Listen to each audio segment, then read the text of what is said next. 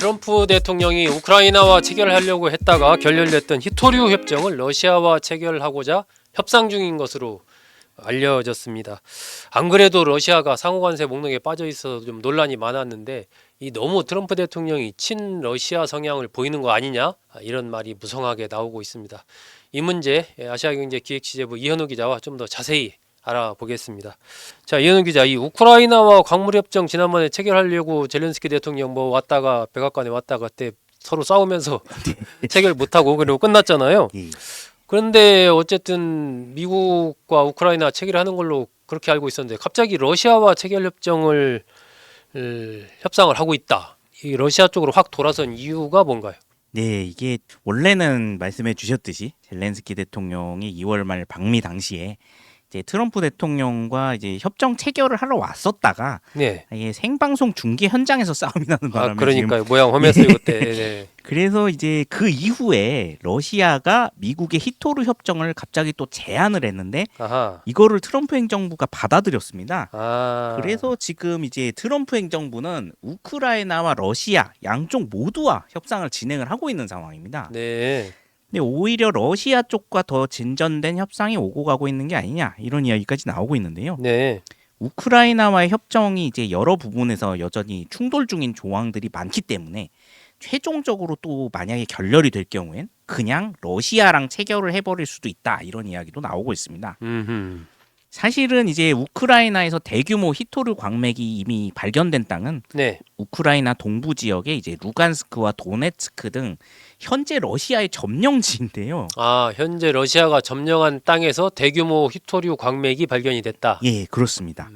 이곳에 히토르 개발권을 놓고 사실 이제 미국뿐만 아니라 유럽연합도 관심을 많이 보이고 있고요. 네. 유럽연합은 앞서 2021년에 광물협정을 체결을 한 상태였는데 우크라이나 전쟁이 터지면서 제대로 사업도 못하고 있는 상황이었습니다. 네.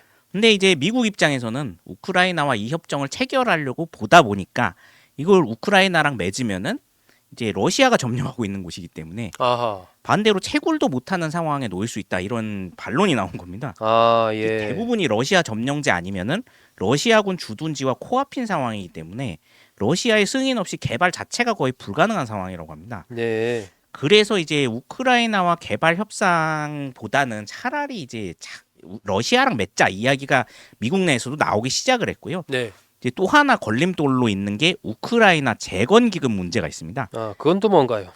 우크라이나는 지금 전쟁 장기화로 거의 재정이 없는 상태고 이 히토류 광산 개발은 재건 기금으로 하겠다는 입장을 밝혔는데요. 네. 문제는 이 기금 자체가 사실은 미국이 그동안 우크라이나에 경제 재건 원조금으로 보내준 돈이라는 데 있습니다. 그럼 미국이 보내준 돈으로 다시 이제 그걸 또 미국이 또 사는 약간 그런 모양새가 돼버렸군요. 네, 그렇습니다. 아하. 그러다 보니까 이제 트럼프 행정부는 광물 협정 조항 자체에다가 이 재건 기금은 우리 돈이니까 네. 그럼 이 기금의 운영권을 미국이 갖겠다 이런 내용을 포함을 시켜달라고 주장을 하고 있습니다. 아, 예. 이 우크라이나는 여기에 상당히 또 반발을 하고 있는데요. 네. 그래서 이 협정이 좀처럼 속도가 나질 않으니까 이제 차라리 그냥 러시아랑 맺어버리자 이렇게 돌아서 버린 게 아닌가 이런 분석이 나오고 있습니다. 지금 이현우 기자 설명 듣다 보면 미국으로서는 어쨌든 히스토리가 필요하고 그랬을 때 그것이 우크라이나 땅이었지만 지금은 어쨌든 러시아가 점령한 곳이고 예.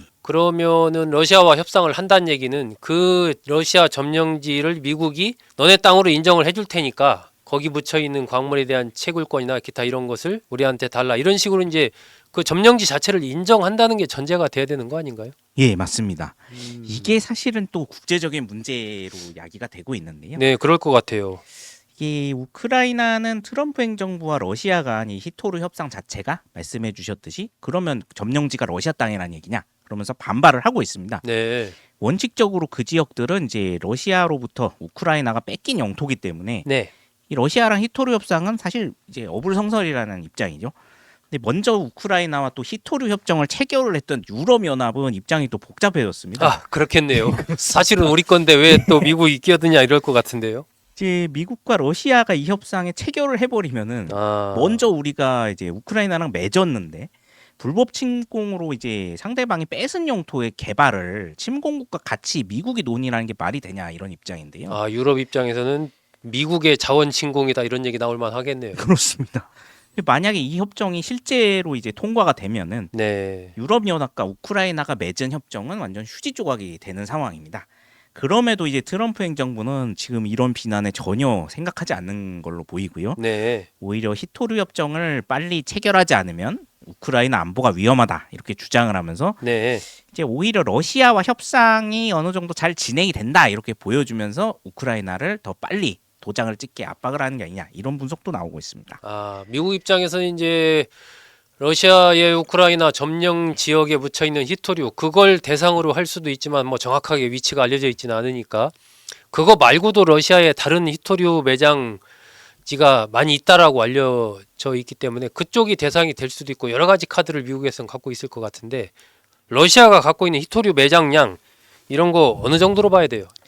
네, 지금까지 알려진 러시아의 히토류 매장량은 한 2,850만 톤 정도라고 하는데요. 네. 이게 지금 중국, 베트남, 브라질 다음으로 세계 4위 수준에 달한다고 합니다. 아, 상당히 많군요. 그래도. 예, 굉장히 많은 양인데요.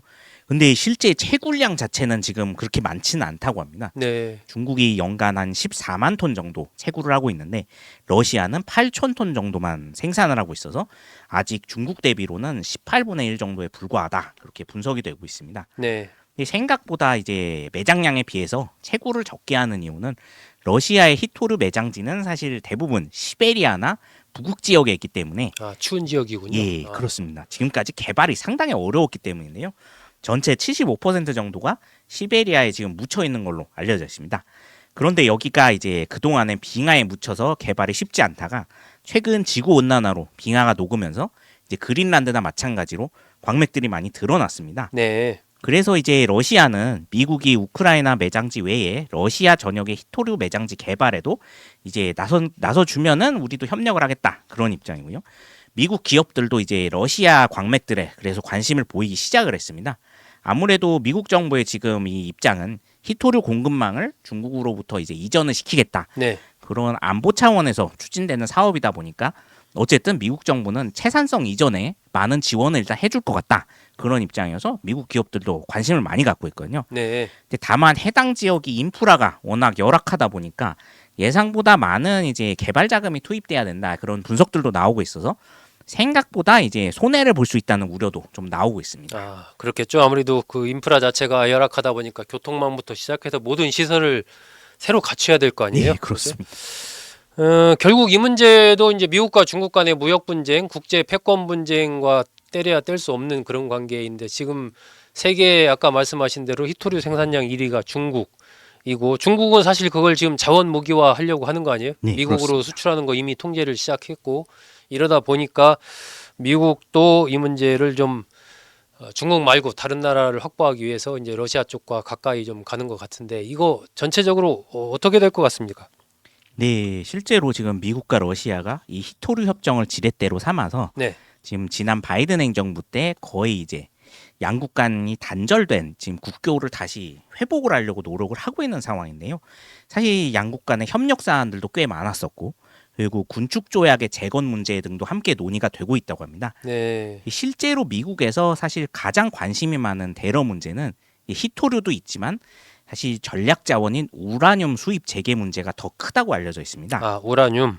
예, 러시아는 이 지금 핵 연료로 사용 가능한 농축 우라늄을 이제 전 세계에서 가장 많이 생산하는 국가로 이제 이 전체 시장의 44%를 지배하고 있던 국가였습니다. 네. 근데 우크라이나 전쟁 이후에 대러 제재가 장기화되면서 지난해부터 러시아가 아예 미국으로의 우라늄 수출을 끊어버린 상황입니다. 이게 미국 입장에서는 굉장히 큰 타격으로 다가오고 있는데요. 아하. 왜냐하면 바이든 행정부 때조차도 대러 제재 물품에서 이 농축 우라늄은 제외시켰을 정도로 미국의 이제 대러 의존도가 굉장히 심하기 때문이라고 알려져 있습니다. 사실 이제 또 농축 우라늄이라는 게 결국은 핵무기를 만들 수 있는 재원이기 때문에 네. 이걸 지금 러시아가 미국의 수출이 어려워지니까 중국이나 이란, 사우디아라비아 같은 나라에 이제 또 수출을 하기 시작을 했습니다. 아, 결국에는 이게 자칫하면은 핵 그러겠네요. 확산을 이제 조장을 할 수가 있는 상황이 된 거죠. 가뜩이나 지금 중국은 핵무기 보유량을 대폭 늘리고 있는 상황이라 미국 입장에선 안보상의 문제까지 연결이 돼 있습니다. 미국이 주로 수입하던 러시아산 우라늄의 주 고객이 중국으로 바뀌면은 이거는 이제 경제 문제를 넘어서서 진짜 지역 안보 문제로 커지기 때문인데요. 네. 아마 이러한 문제들이 많이 걸려 있기 때문에 트럼프 행정부도 다른 나라와는 좀 달리 러시아에 대해서는 당장 상호 관세 발표도 없었고, 그리고 우크라이나 전쟁에서도 최대한 러시아의 주장을 받아들인 모습을 보여주면서 빨리 관계 개선에 나서려고 하는 게 아니냐, 그런 분석들도 나오고 있습니다. 네, 이 참 국제관계의 질서라는 것은 하루아침에 또 적과 동지가 바뀌는 게 뭐 그동안의 역사에서 보여주고 있습니다. 지금 트럼프 대통령이 러시아와 여러 가지 밀착하는 그런 모습들은 결국은 러시아와 중국을 분리하면서 중국을 견제하기 위한 그런 큰 전략적인 틀 안에서 진행되고 있는 것 아닌가, 뭐 그렇게 판단할 수 있을 것 같습니다. 네, 오늘 이 시간에는 우크라이나 대신 러시아와 히토류 협상을 트럼프 대통령이 벌이고 있는 그 실태와 이유, 앞으로의 전망에 대해서 이현호 기자와 함께 알아봤습니다. 여러분 잘 들어주셔서 고맙습니다.